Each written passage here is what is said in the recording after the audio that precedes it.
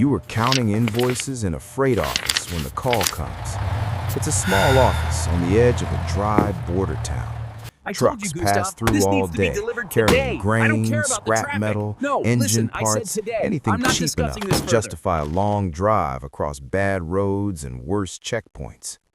Your job is paperwork. You track loads, confirm manifests, and make sure drivers leave with documents that match whatever they claim to be hauling. You're good at it, not because the job matters, but because mistakes bring attention, and attention at a border is expensive. You're halfway through a stack of export forms when the landline rings. The driver on the other end sounds wrong immediately, not nervous, controlled. He says your boss's name first. Then he says your name. Then he says, "They stopped us at the third checkpoint." You freeze for half a second because there isn't supposed to be a third checkpoint. There are two. Everyone knows there are two. The first takes cash. The second pretends to inspect cargo. A third checkpoint means something changed. What do they want? You ask. Nothing yet, the driver says, but they open the back. You close your eyes for a moment. The manifest says machine bearings. The truck does not contain machine bearings. It contains medicine, real medicine, antibiotics, surgical kits, insulin, everything banned from crossing into the territory on the other side because the government there is under sanctions and their hospitals have been collapsing for years. Your boss moves this stuff quietly, humanitarian shipments that never officially exist. The driver says quietly, "If they open the crates, we're finished." You look at the clock. Your boss isn't here. He left the office 3 hours ago to deal with something in the city. You're the only one who knows the routes, the contacts, the bribes, the paperwork. You see a colonel? You ask. Yes. You know that colonel. Everyone does. He's new, ambitious, and the kind of man who confiscates shipments just to prove he can. How many soldiers? You ask. 6. You think quickly. 6 means they're not there to seize cargo officially. Too few witnesses, too small. They're there to shake someone down. You pick up a second phone and dial a number you were never supposed to use unless something went wrong. A sleepy voice answers. You say the driver's name, the truck number, and the checkpoint location. Silence for 3 seconds. Then the voice says, "That checkpoint isn't supposed to exist." "I know," you say. Another pause. Then the voice says, "Stay by the phone." You sit there, listening to the hum of the office lights and wondering if you just made a decision that will destroy your life. 20 minutes later, the driver calls back. "They're waving us through."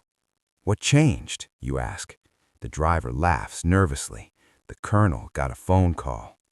You hang up and stare at the desk. Your boss returns that evening. He doesn't ask what happened because he already knows. Instead, he asks you one question. How did you solve it? You tell him. You expected him to be angry you used that number. Instead, he nods slowly. Then he says something that changes your life. You just saved a shipment worth $2 million and 6 hospitals, he says, which means 2 things. You wait. First, he says, people will start asking who you are. You feel your stomach tighten. And second, he continues, I need someone smarter than the drivers running the routes. You understand immediately what he means. You also understand the risk. Moving illegal cargo across the world's most dangerous borders is not a job. It's a constant negotiation with soldiers, militias, customs agents, intelligence officers, smugglers, and criminals who would happily kill you if it made their work easier. You want me to manage the routes? You say. Your boss nods. You're already doing half the work. Now you'll do all of it. You look at the stack of paperwork on your desk. You think about the phone call. You think about the colonel getting a mysterious order to let a truck pass. You think about how close that shipment came to disappearing. You say yes. That is the moment your life stops being about paperwork and starts being about borders. At first, you learn how fragile every crossing is. Every border looks powerful on a map, thick lines separating nations. In reality, most of them are fragile systems held together by routine and bribery. You start by mapping everything: checkpoints, commanders, patrol schedules, political shifts. You learn which soldiers drink too much, which ones gamble, which ones want promotions, which ones are ideologically loyal and therefore impossible to bribe. You learn that the most dangerous person at a border isn't the corrupt one, it's the honest one. Corrupt men can be predicted, honest men can't. Within 6 months, you're running 5 routes across 3 countries.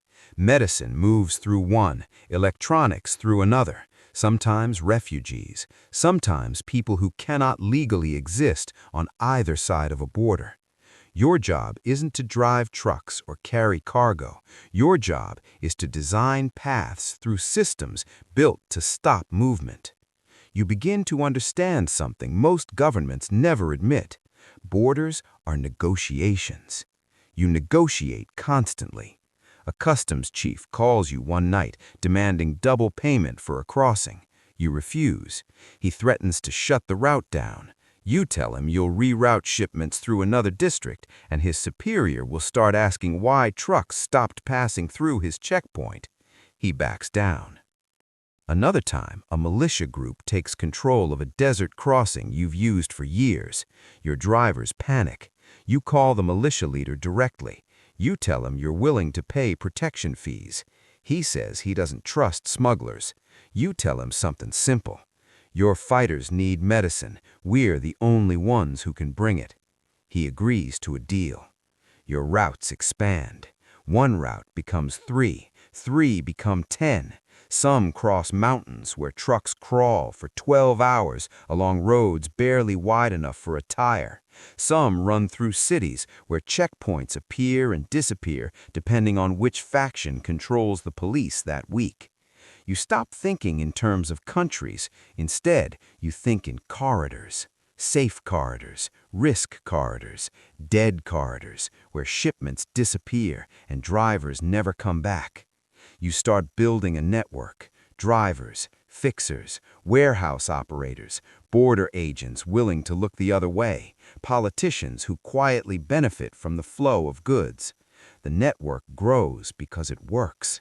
Medicine receives hospitals they can't legally import. Factories receive parts that sanctions block. Refugees escape war zones. But the network also moves things you don't ask about. Your boss expands the business. Weapons sometimes travel on the same roads as insulin. Gold bars ride in trucks that once carried food. You tell yourself the system is neutral. Routes are just routes. What people move through them isn't always your choice. But the truth is more complicated. One night, a shipment is flagged by intelligence agents on the border. They call you directly, which means they know who you are now. Your truck contains something interesting, the officer says. What truck? You reply calmly. He reads a license plate. You recognize it immediately. You know what's inside. Assault rifles. A lot of them. You feel a familiar moral tension pressing down on you. If the rifles are seized, the people expecting them will assume betrayal. That will lead to violence. If the rifles pass through, they'll end up in a conflict that already kills too many people. The officer quietly says, "Tell me why I shouldn't open this truck." You think fast. Because if you do, the people waiting for that cargo will assume your checkpoint is hostile. And, he asks, and they'll move their operations elsewhere, which means your commander loses his unofficial revenue stream. Silence. You've just acknowledged corruption out loud, but it works. The officer sighs. I guess we owe you. The truck passes. You sit in the dark office afterward, wondering if you just made something terrible. You also know the network cannot survive if every shipment becomes a moral referendum. That realization hardens you. Years pass. Your operation grows from 10 routes to more than 30. You move goods across deserts, jungles, frozen mountain passes, and river borders controlled by gangs. You no longer think like a smuggler, you think like an infrastructure planner. You calculate probabilities constantly. If a checkpoint becomes unstable, you shift traffic to alternate routes. If a commander is replaced, you renegotiate the system. If a government collapses, you adapt before the official supply chains even react. Your biggest advantage becomes speed. Legal trade waits for permits. Your routes move tonight. But power attracts attention. Intelligence agencies start mapping smuggling networks across the region. Your name begins appearing in reports. At first, they think you're just another trafficker. Then they realize